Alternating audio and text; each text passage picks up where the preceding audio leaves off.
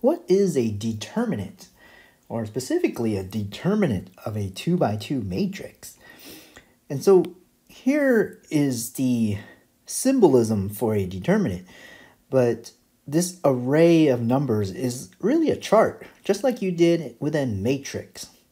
So when we talk about determinants, there's actually a matrix in the background. And the matrix here would be this, bracket 3, -4, 2, -2.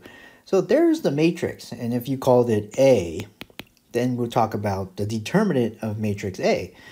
So think of a determinant as a value that comes from a 2 by 2 matrix, okay?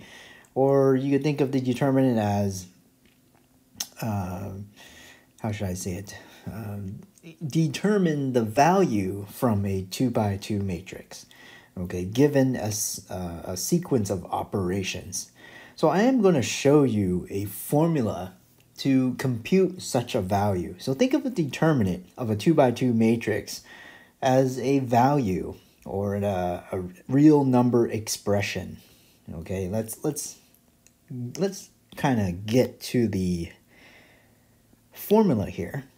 So it starts off with a matrix. There's actually a matrix in the background. Let's say you're given A equals bracket A, B, C, D.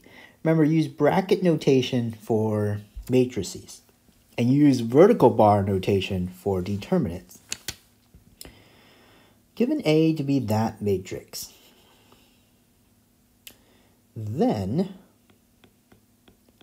the determinant of A is symbolized by vertical bar, A, B, C, D, vertical bar, is equal to simply A times D subtract B times C. And there is a reasoning, or there are reasons and theories behind this formula, but I cannot disclose those in this course. The mathematical reasoning and the theory behind this has to do with a topic called permutations, and that is actually way beyond the scope of this course.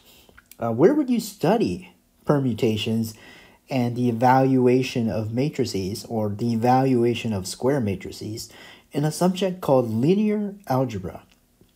It's actually one of the courses that I love to teach, linear algebra and differential equations.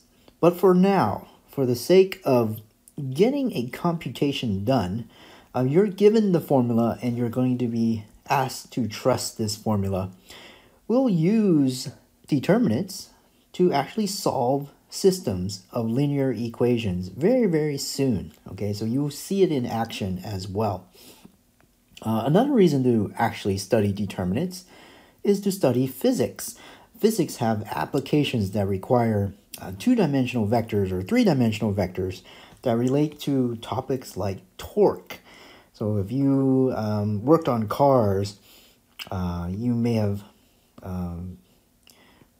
worked on lug nuts, or if you actually ever changed a spare tire, you would actually have a wrench. And I can't really draw a wrench. I'm terrible here. There's my picture here. But when you spin your wrench, you're actually creating something called torque. And that torque can be calculated using determinants as well. All right, why don't we get to a computation of a 2 by 2 determinant? 2 by 2 meaning 2 rows and 2 columns. Let's erase my horrible picture of a wrench. All right, using the formula, let's do part A. One way to remember this is it's sort of like this weird scheme of going like a fish, going like this. Oh, I said like a fish. Ooh, like that, right? You can see the scheme, you can see the pattern of A times D minus B times C in this fish-like pattern. There's my fish. A fish.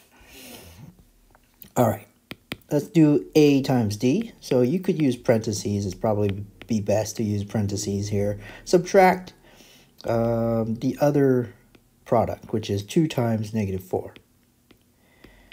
And as you do more and more of these, you'll get this really, really quickly and hopefully with 100% accuracy so that you don't make any sign errors.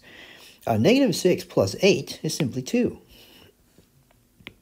Once again, go with that fish pattern. And really, this just says negative 45 plus 18. Negative 45 plus 18. Let's see, that's got to be a negative number. So, 27? Yeah. And notice that you're just manipulating an expression here. So remember, a determinant is an expression. This is not an equation. Notice you start off with an expression. It's like you're starting off with a happy face, and you're just changing the happy face over and over again to maybe a silly face or a funny face. It's really an expression.